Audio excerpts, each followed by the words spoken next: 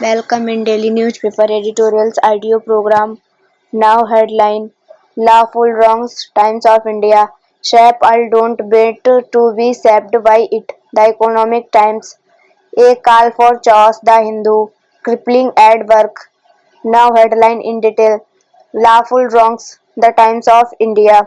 A special marriage act allows anyone to interference in a couple's decision. It also endangers them. It is frightening to watch what a young interfaith couple in the world's largest democracy is going through just to marry legally.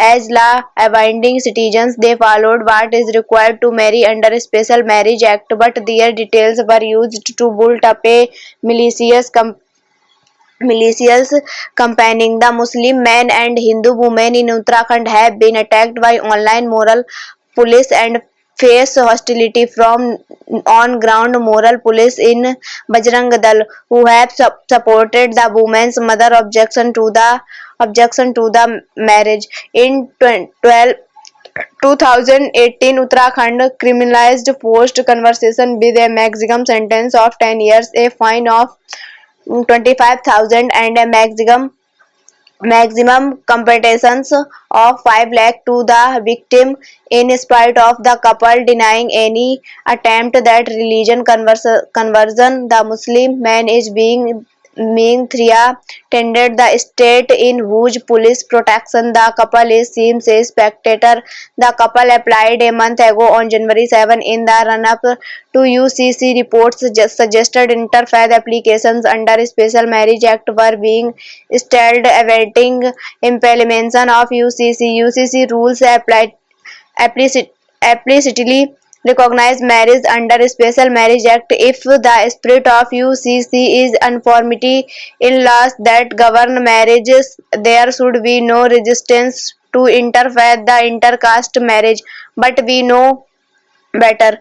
The couple in Uttarakhand is at the mercy of laws old and new, and of extra legal morality in forces. Say Pearl don't wait to be shaped by it. The Economic Time. Breakthrough will come at product service level. Silicon Valley is nudging India to develop a full all stack even as China's have demonstrated fortitude.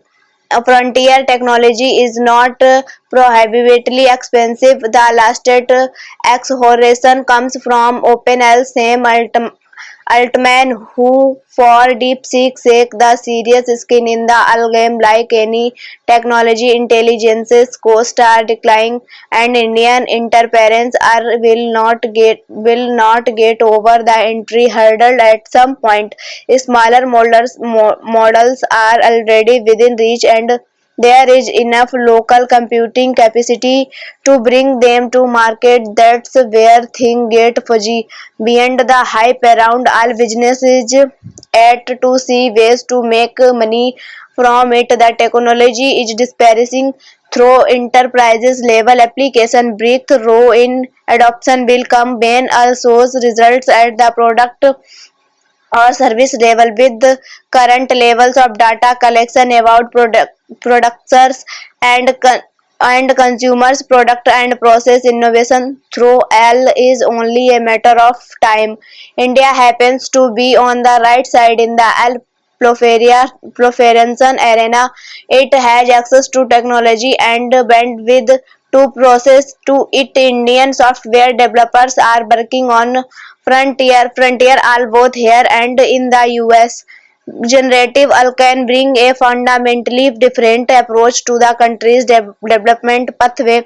Rather than wait for AI to solve for India, the country must shape it to deliver on specific parameters such as governance, delivery, and economic productivity.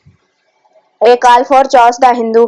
The US should push for a two-state solution, not displace on entire people. When the state of Israel and created in Palestine in 1948, more than 7 lakhs Palestinians, the land original inhabitants, were displaced.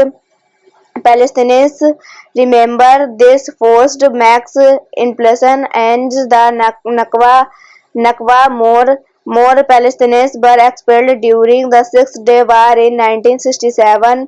Some moved to Gaza, others to the West Bank, while the majority fled to other countries where they and their descendants are refugees. In successive peace talks, Israel has outrightly rejected their right to return to their homes and fundamental right. Now, US President Donald Trump wants to forcibly transfer the 2.3 million Palestinians out of Gaza, the Mediterranean enclave that has suffered relentless Israel bombardment for 15 months. His plan involves relocating Palestinians to neighboring Arab countries, taking over the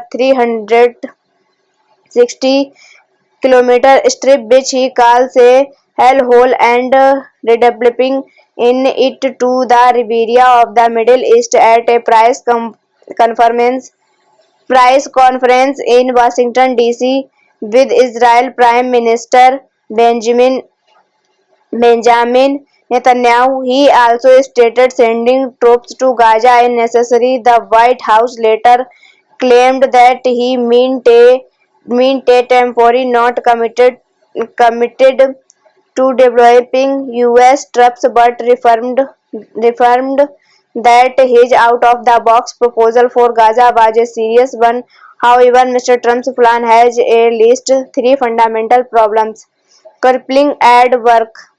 The fallout of US foreign assistance freeze will be far-reaching.